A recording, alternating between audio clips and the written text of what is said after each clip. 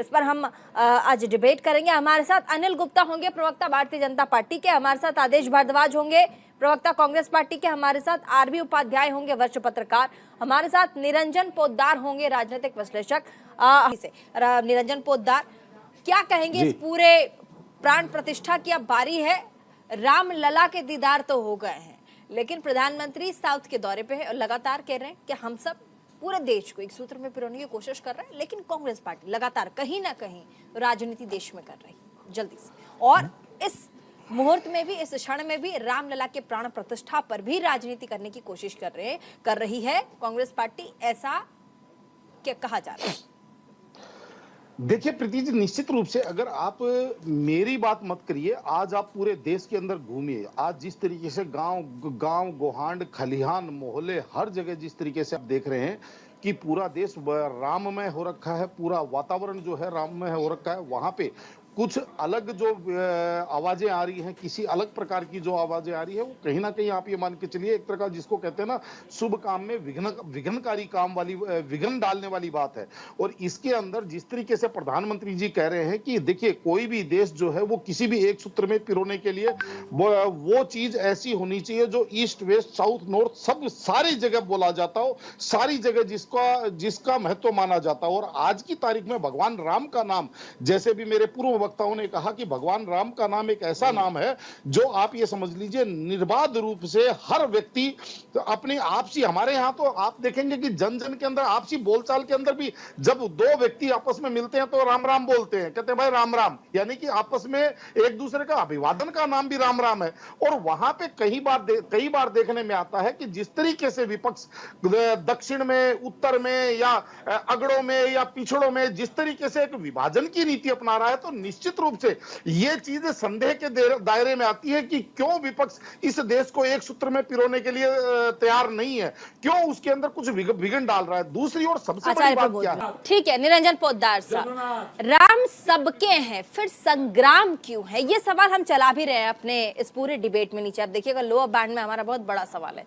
प्रभु श्री राम सबके फिर संग्राम क्यों, ये जवाब लेंगे। उसके बाद हम बाबाओं के पास चलेंगे, 4-5 लाइन उनसे सुनेंगे, उसके बाद फिर हम फाइनल कमेंट पे। जल्दी से निरंजन पोद्दार साहब। हाँ देखिए प्रीति जी, राम किसके हैं किसके नहीं है, इस चीज का प्रमाण इस चीज से मिलता है। मेरी उम्र थी 17 साल और जब 1987 के अंदर जब राम मंदिर मुक्ति आंदोलन शुरू हुआ था, मैं उस समय से इस आंदोलन से जुड़ा हुआ था। इस आंदोलन को मैं बड़ी नजदीक से देख रहा हूं। और जो लोग समझ लीजिए ना राम पताका आंदोलन में शामिल हुए, ना राम ज्योति आंदोलन में जो शामिल हुए, ना जो कार सेवा में शामिल हुए, ना जो सन 1992 की कार सेवा में शामिल हुए, ना जो राम मंदिर का जो केस मुकदमा चल रहा था कोर्ट के अंदर, सुप्रीम कोर्ट के अंदर, ना वहां पे वो पक्षकार थे। उल्टा वहां पे वो ये कह रहे थे कि ये जो इसका फैसला है इसको 2019 के चुनाव के बाद लिए उसको आगे टाल दीजिए। और लगातार इस राम मंदिर को लटकाने, भटकाने और अटकाने का जो काम करने वाले लोग हैं वो आज कहते हैं कि राम तो हमारा भी है, ये आरएसएस और भारतीय जनता पार्टी का। अरे भाई, ये आरएसएस और भारतीय जनता पार्टी के द्वारा ही मुक्त कराई हुई राम जन्मभूमि है, ये भी आपको मैं बता दूं, सब लोग इस चीज को जानते हैं। और इसका राजनीतिकरण सन 1987 में हुआ, इसीलिए इसकी मुक्ति हुई है। वरना अगर आप ये कहते हैं कि नहीं आपका इसमें बड़ा रोल है, तो अभी 2 मंदिर और हैं जो हिंदुओं के सबसे बड़े मंदिर है। एक बाबा काशी विश्वनाथ, जहां पे हमारे भगवान भोले, हमारे भगवान शिवलिंग का जो मुख्य जो शिवलिंग है वो वहां अभी भी लोगों के कब्जे में है। आप उसके अंदर अग्रणी भूमिका निभाइए उसको मुक्त करवाने में। आप इधर आ जाइए मथुरा वृंदावन में, यहाँ पे जो श्री कृष्ण जन्मभूमि जो दबी हुई है उसको निकलवाने अग्रणी भूमिका लगाइए। भारतीय जनता पार्टी को पीछे छोड़ दीजिए और उसके अंदर एक भव्य मंदिर आप बनाइए। ये समाज आपको सहर्ष स्वीकार करेगा, लेकिन केवल कहने से लटकाने, भटकाने, अटकाने।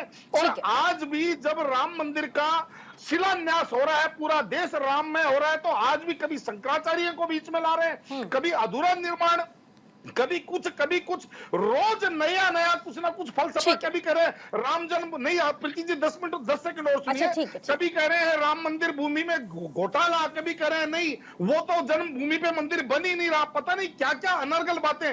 और एक बात और कहूंगा प्रीति जी, जिस तरीके से बीच के अंदर आरपी उपाध्याय जी कह रहे थे कि किसान परेशान है, आपको एक चीज मैं बताऊं, सारी चीजें राजनीति से प्रेरित हो सकती है, लेकिन किसान आंदोलन राजनीति से प्रेरित नहीं हो सकता। इसका एक छोटा सा उदाहरण सुन लीजिए आप। सन 2009 से 2014 तक, ये आंकड़ा दे रहा हूं, 9 से 2014 तक 5 साल के अंदर 17,800 किसानों ने आत्महत्या की थी। उसके बाद में 2014 से लेकर के 2019 तक देश के अंदर 5,700 किसानों ने आत्महत्या की थी। और अब 2019 से लेकर के 2023 तक केवल और केवल 3100 किसानों की आत्महत्या की खबर है, जिसके नहीं सबको एक समय कम है, जल्दी से सबको देना पड़ेगा। उसके बाद बहुत बहुत शुक्रिया बाबा जी, बहुत बहुत शुक्रिया। तमाम मेहमान हमारे साथ इस शो में आए, बहुत बहुत शुक्रिया। और